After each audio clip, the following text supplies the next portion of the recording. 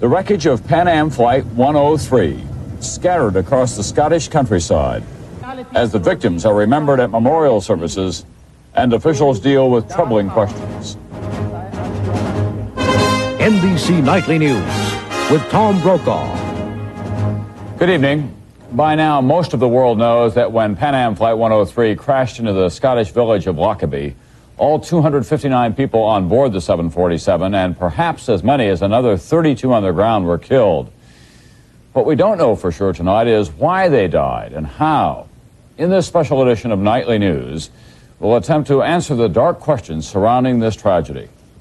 Was it sabotage by terrorists? Was a warning about an attack on Pan Am mishandled by authorities? And just who is responsible? Some of the answers, of course, can be found in the debris of the Maid of the Sea, as the 747 was called. It's scattered across the quiet countryside of southwest Scotland. And tonight, teams of investigators from the British and U.S. governments, Boeing Aircraft, and Pan Am are attempting to find the clues.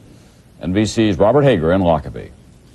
Investigators got their first good look at the wreckage today and said it indicates to them that this plane was brought down by either a bomb, a very large bomb, or by a sudden and massive structural failure of the plane's fuselage. And there are indications that of those two theories, a bomb is the more likely one. There are also indications by the position of the wreckage that whatever happened to this plane may have started about in here, an area of the plane where a cargo hold runs underneath. By dawn, it was evident to investigators just how widespread the wreckage was. Scattered through the village of Lockerbie and for 10 miles around. Authorities now say 259 aboard the plane died. Some of the bodies hit with such force they left holes in the ground. British Prime Minister Margaret Thatcher toured the wreckage this afternoon. Again, it is beyond anything in one's experience. The area over which parts and small pieces of twisted metal are scattered. Here, as you know, well, you can see. But the fact that the debris was scattered indicated to investigators that the plane had broken up at high altitude, and that the explosion, if that's what it was tremendous. But at the same time, the nose, cockpit, and forward part of the fuselage was all found in one spot. That's what makes investigators believe that whatever occurred may have been centered just forward of the wings. A playback of tapes of radar at the time indicates that when the plane's blip first broke up, radar then picked it up falling in several pieces.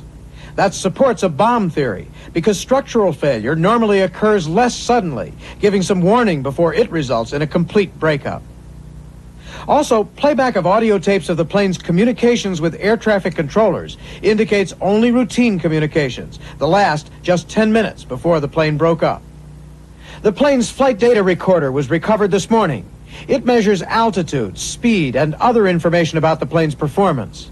The cockpit voice recorder, which picks up the crew's private conversation in the cockpit, has also been recovered. Both are being analyzed. The plane was 18 and a half years old, 15th oldest in the world's fleet of 865 747s. Just last year, a 16-inch crack had been found and repaired in a bulkhead in the fuselage. In any event, a closer examination of individual pieces of the wreckage, just the way they are bent or singed, should go a long way toward saying whether this was a bomb or a structural failure. And again tonight, bomb is the leading theory. Robert Hager, NBC News, Lockerbie, Scotland.